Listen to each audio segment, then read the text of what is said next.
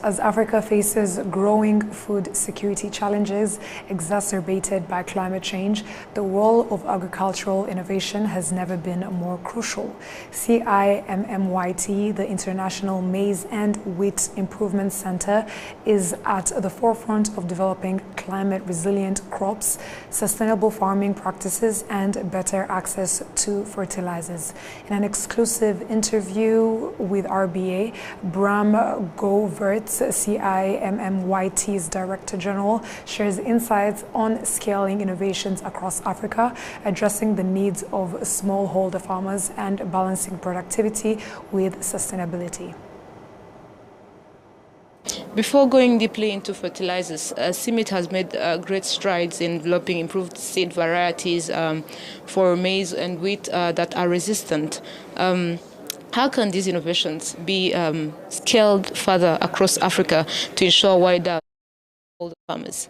Thank you, excellent question. And indeed, CIMMYT has developed varieties or new seeds that are resistant to fall armyworm or resistant to MLN, which is a disease that hits maize very hard, especially also here in Rwanda. Those seeds need to be commercialized by small seed companies. So in order to expand its adoption, it is very important that we have working seed systems that can be set up so farmers can buy those seeds, can develop their own seeds.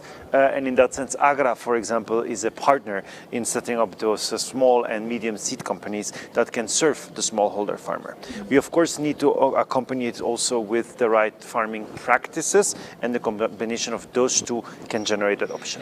Speaking about seeds that are resistant, we also understand what we call climate change.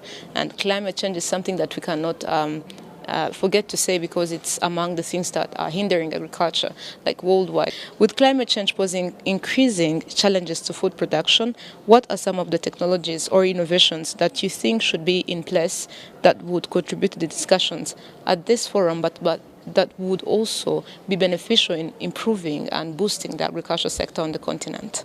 So CIMMYT has developed seeds based on the biodiversity we safeguard. We safeguard 28,000 different accessions of maize and 140,000 different accessions of wheat.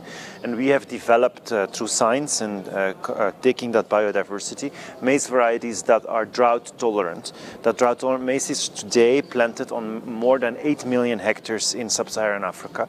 And that has actually have a huge impact this year when we had an El Nino effect. And actually we could see that those drought-tolerant maize varieties were yielding 40% more than those that were non-drought tolerant. So it has really saved billions and billions of hectares and tons of maize. It actually has benefited over 40 million people, and in that sense we want to further distribute those seeds.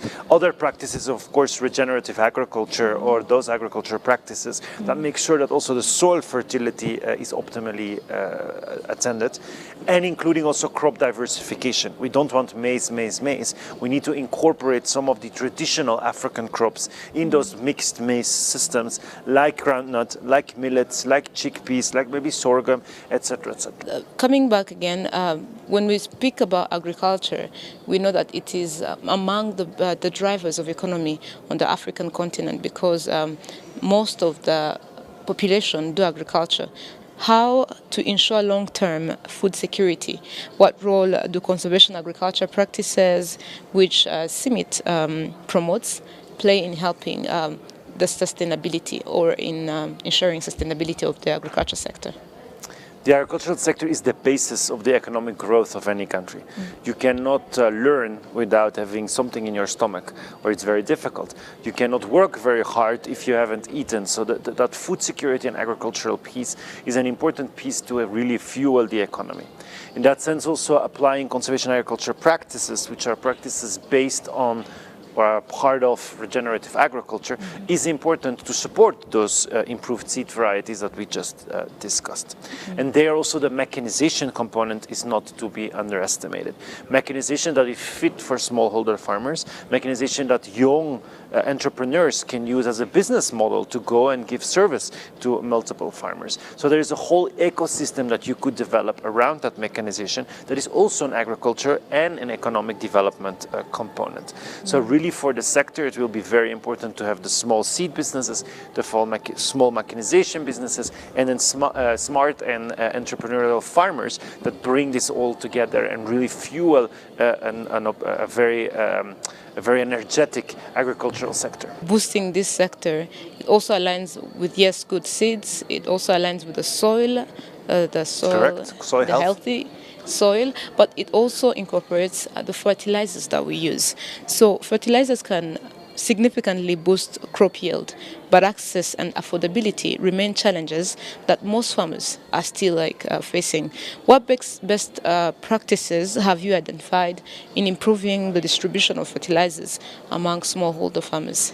Thank you. And the effectiveness of fertilizers really start with how the farmer plants its seed, how the farmer works his soil, and it needs to be a healthy soil, so a conservation agriculture based soil that has a lot of organic matter, that reincorporates some of the straw or the residues after the harvest, that does good crop rotation. Once we have that basis, then we need to make sure that the farmer has the right information about which fertilizers to apply. And so CIMMYT has been working very hard on setting up information systems so farmers know where to buy, how to buy, and that there are small input credits so a farmer can actually buy that fertilizer. So that's one end. The other end is of course the availability and the distribution. So in that end we really need to boost Rwanda's local economy and local entrepreneurs so they can set up distribution systems that are innovative and that are run by small shops that makes that availability closer to the farmer. So some kind of service provision models that some of the actors here today are also promoting. With the increasing demand for eco-friendly and climate-smart agriculture, how can we scale the use of more sustainable fertilizers and soil enhancers while still meeting the productivity needs of African farmers? Of course, and I think it's important to understand in that sense that if you use the right amount of fertilizer, especially where no fertilizer are used, the environmental impact is not the main driver. It is really getting the fertilizer in the ground at the right time, in the right context, making sure the soil is already fertile, because if the soil is not fertile, it's not working and it will not really activate your fertilizers. Now, the environmental pollution part of fertilizers is a lot in those areas where we are over-applying. Now in Rwanda that is not really the case with smallholder farmers. It may be in some of the commercial bigger farm enterprises. But so really for smallholder farmers, the important thing is having the decision tools so a farmer can apply sufficient fertilizer at the right time, and that will mitigate some of the environmental impacts, especially if we have the right seeds and if we combine it with conservation agriculture practices. That's also why CIMMYT is working very, very, very hard to set up also the extension system around that, and I hope we can really increase also the research and innovation around fertilizer and fertilizer use, so we get better blending, better coating of those fertilizers, and that will require an increased investment. We're really looking at doubling or even tripling the investment in research and innovation, and the investment in then scaling this through big system development programs. Summing up our interview, the Africa Food System Forum has been ongoing. It's almost done. We are speaking about various topics, but all in relation on how to boost the agriculture sector on the continent, but also worldwide. What are some of the key takeaways, and what do you expect in the coming days that are remaining? So this conference, this summit for us is also a report back moment. So 2 years ago, actually, we agreed that we needed to work closer with AGRA, closer with last mile delivery partners like One Acre Fund, but also private sector.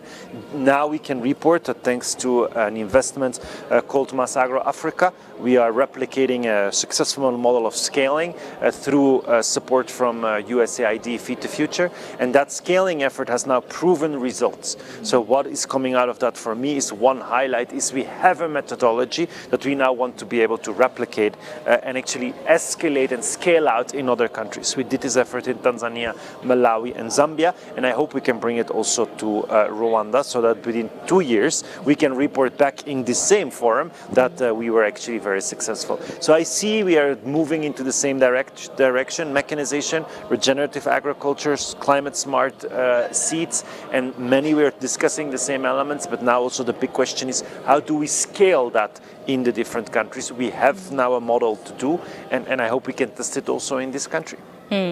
Mr. Bram, thank you for speaking to Rwanda Television.